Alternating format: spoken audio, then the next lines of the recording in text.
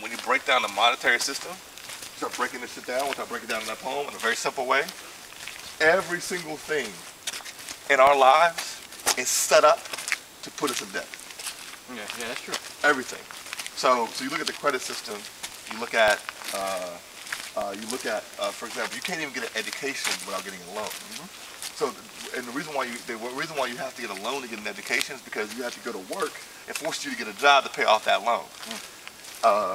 And once you start working, they know that you're gonna want to buy a house. You're gonna want to have a family. So all these things are expenses that keep you working. The system is designed to keep you working in an establishment to keep feeding this thing. And the people, that's why when unemployment rises too high, the government has to create jobs. It must, because if jobs aren't created, then the beast can't eat. Because the only way the beast eats is if we're all sitting in our little cages running in the treadmill. It's not running. So in the poem, what I do is I try to take a very simple story about this guy named Bill, right? And Bill, gets his first credit card before he gets his first job, before he can even drive a car. So he's basically like 15 years old, gets his first credit card, right? Before he can even drive a car, before he even has a job. Before long, he gets in debt from downloading DVDs from the internet, and like buying too many designer clothes, right?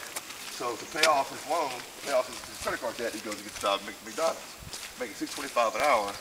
But the job is so stressful that he starts smoking at $6.50 a pack. So he's not making any money because cigarettes are basically more expensive than what he's making on an hourly basis. Right. So smoking 2 packs a day. He says, this is for the birds. Starts selling drugs. At the moment he starts selling drugs, he's no longer a monetary slave because he's actually making money for himself and not giving it to anybody else.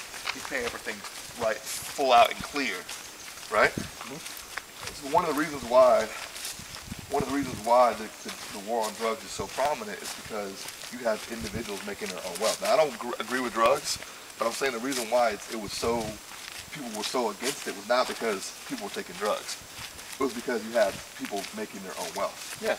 Right? They ain't paying taxes. Creating their own wealth center, not paying taxes, and buying things cash, no longer being in debt. You had these impoverished people who were no longer in debt. They go there buying things straight out and clear. Cash, money they made, right? By the fruit of their own labor. I was thinking about my own example. I'm like, I've been blessed to not be a monetary slave. I have no college loans. I have no debt. Zero. So none. Zero. No credit card. No car payment. No. I just paid off my car. I paid off my dad's car. I paid off my own car. I don't owe anybody shit.